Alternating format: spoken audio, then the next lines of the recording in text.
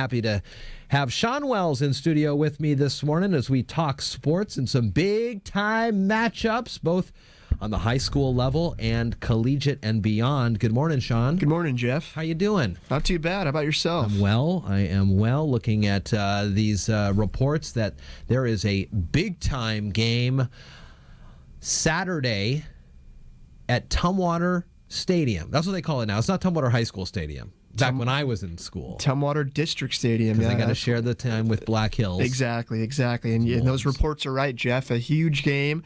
A state quarterfinal matchup between the number 1 and number 2 team in the state, according to Max Preps in the 2A rankings this Saturday. Kicks off at 1 o'clock. That's Tumwater hosting Archbishop Murphy. This is, Jeff, has all the makings to be a classic. So why wouldn't this be... Okay, so let's do a little bit of backtracking. We know that Tumwater is awesome. We know that they've won many of their games, and they've played all of their games, right? Archbishop Murphy, on the other hand, has had a handful of forfeits from opposing teams over this season. So that gives them the win. That gives them the good record. They're ranked 2 in the state.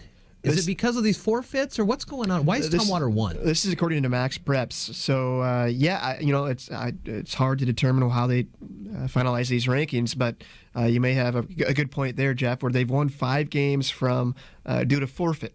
Other teams simply not wanting to play them due to how big Archbishop Murphy is and all that. This Archbishop Murphy team is intimidating, no doubt, and they've only given up 6 points the entire season. And those came in the first round of the playoffs, district playoffs versus Burlington Edison. They won that one 55-6, but in the regular season, they did not give up a point. And last week in the first round of state, they won that one 34-0 over North Kitsap. So this is a team that, by all means, is on fire, and they've been playing tough and physical football all season long.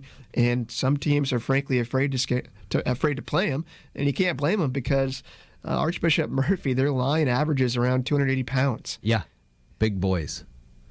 I know Tumwater is not afraid to take on Archbishop Murphy.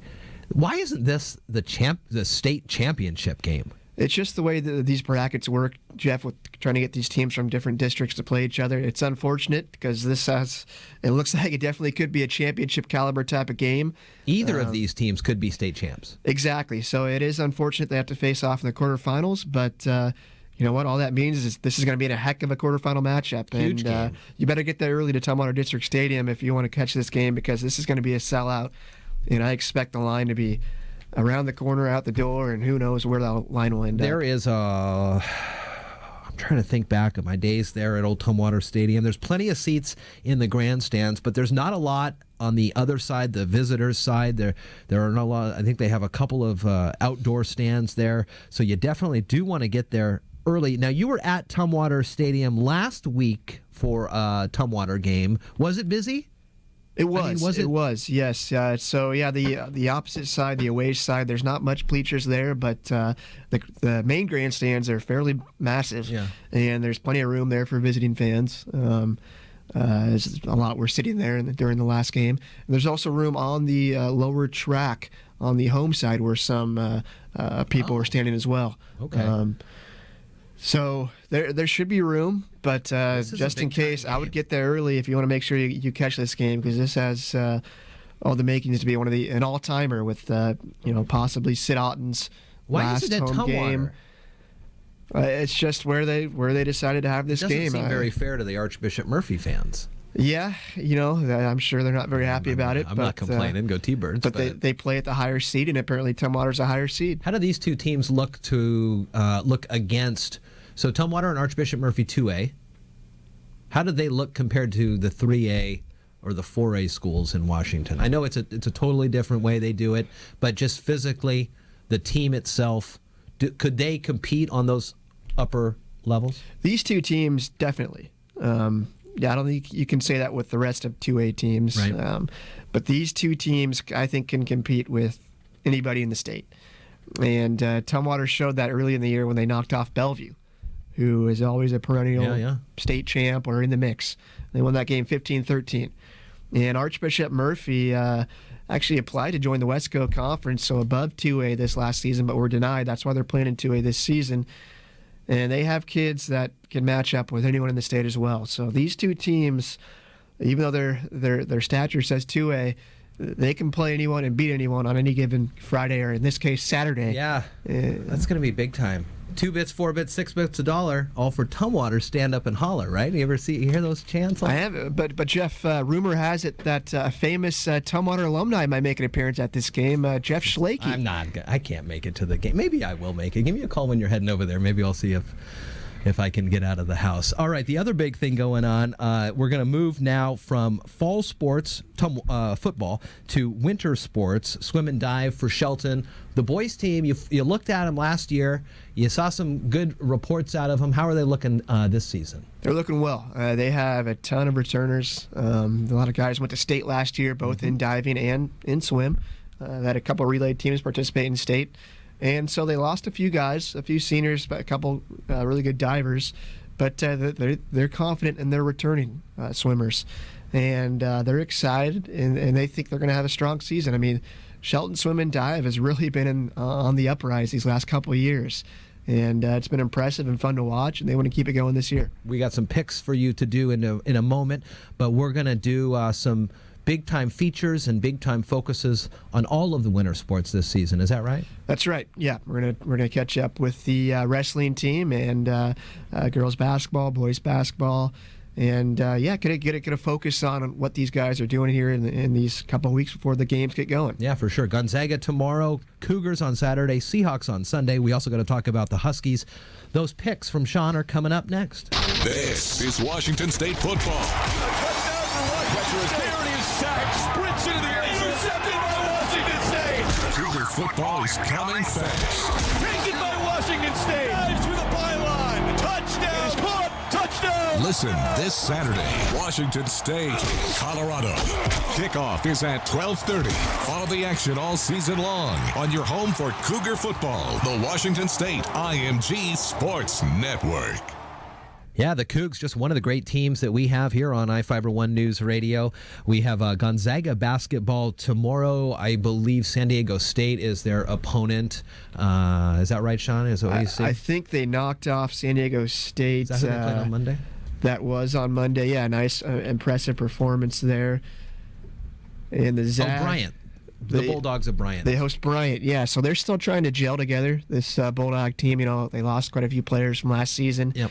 And a couple graduate transfers, or one graduate transfer, Jordan Matthews from Cal, who's an impressive player. I think he led the team in scoring in that game on Monday. And then the transfer from Washington, University of Washington, Sure. Nigel Williams-Goss, is getting things going. So they're still gelling. But this Gonzaga team, they always play a tough non-conference, so they'll get warmed up and tuned up plenty here in the next coming weeks, and expect another tough Gonzaga team this year.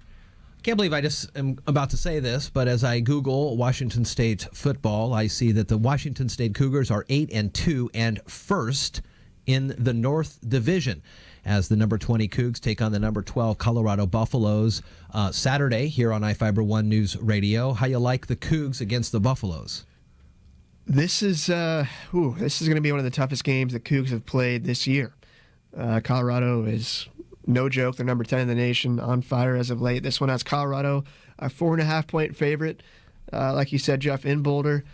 I like the Cougs. I think the Cougs will come out there tough. They've been on fire as of late. They did lose one of their top receivers, River Craycraft, unfortunately. With an injury, he'll be out for the rest of the season. But I think the Cougs will cover that 4.5-point spread. Arizona State is who the Huskies are taking on here. They had a loss last week against USC. First loss of the season.